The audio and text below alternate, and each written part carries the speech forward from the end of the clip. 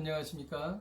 오늘 하나님께서 우리에게 주시는 말씀은 로마서 6장 1절에서 11절까지 말씀입니다.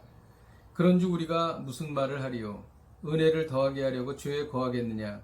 그럴 수 없느니라. 죄에 대하여 죽은 우리가 어찌 그 가운데 더 살리요? 무릇 그리스도 예수와 합하여 세례를 받은 우리는 그의 죽으심과 합하여 세례를 받은 줄을 알지 못하느냐? 그러므로 우리가 그의 죽으심과 합하여 세례를 받음으로 그와 함께 장사되었나니 이는 아버지의 영광으로 말미암아 그리스도를 죽은 자 가운데서 살리심과 같이 우리도 또한 새 생명 가운데서 행하게 하려 함이라.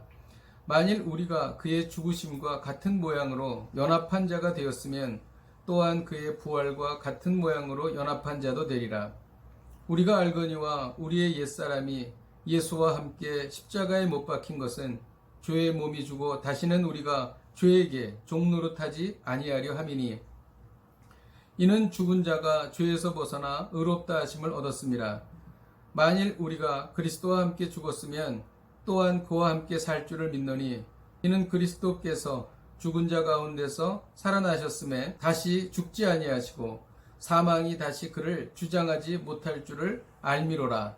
그가 죽으심은 죄에 대하여 단번에 죽으심이요 그가 살아계심은 하나님께 대하여 살아계심이니 이와 같이 너희도 너희 자신을 죄에 대하여는 죽은 자요 그리스도 예수 안에서 하나님께 대하여는 살아있는 자로 여길지어다. 아멘.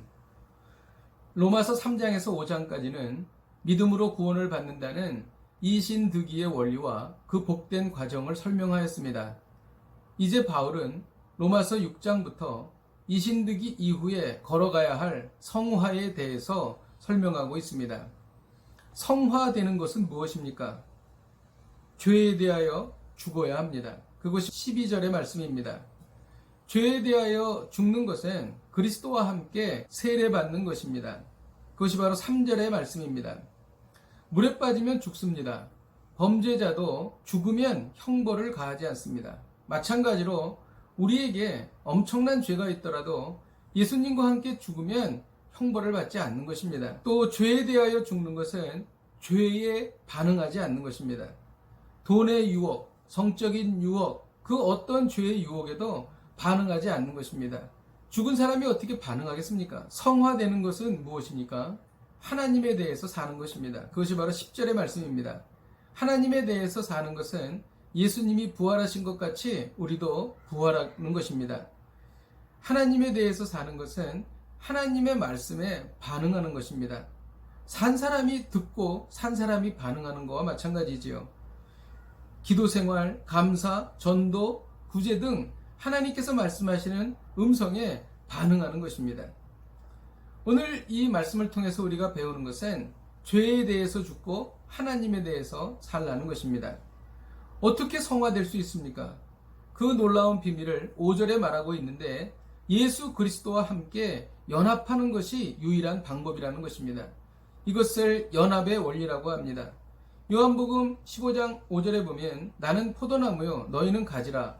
그가 내 안에 내가 그 안에 거하면 사람이 열매를 많이 맺나니 나를 떠나서는 너희가 아무것도 할 수 없습니다.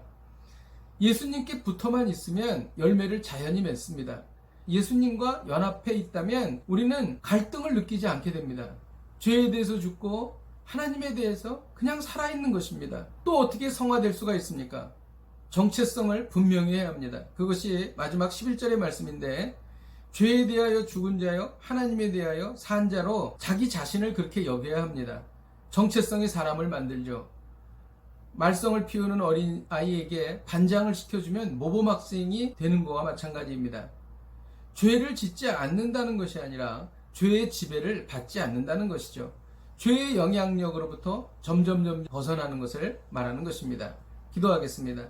하나님 아버지, 오늘 이 말씀을 통하여 저희가 죄에 대해서 죽고 하나님에 대하여 산 자가 되게 하여 주옵소서. 예수님의 이름으로 기도하였습니다. 아멘. 할렐루야. 죄에 대하여 죽고 하나님에 대하여 사는 복된 인생이 되시기를 주님의 이름으로 축복드립니다. 이를 위하여 우리 주님과 연합하십시오. 예수님과 붙어만 있다면 이것은 그렇게 어려운 일이 아닌 것입니다. 오늘도 이 말씀 붙잡고 승리하십시오. 내일 뵙겠습니다.